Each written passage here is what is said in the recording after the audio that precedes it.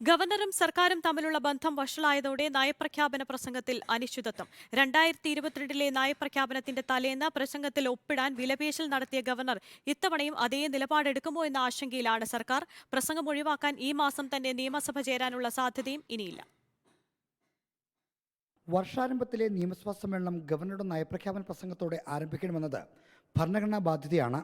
ജനുവരി അവസാന വാരം ബജറ്റ് അവതരിപ്പിക്കാൻ ഉദ്ദേശിക്കുന്ന സംസ്ഥാന സർക്കാർ ഗവർണറുടെ പ്രസംഗം തയ്യാറാക്കാൻ നടപടിയും തുടങ്ങി. ധനമന്ത്രി അധ്യക്ഷനായ മന്ത്രിസഭാ ഉപസമിതിയാണ് പ്രസംഗം തയ്യാറാക്കുന്നത്.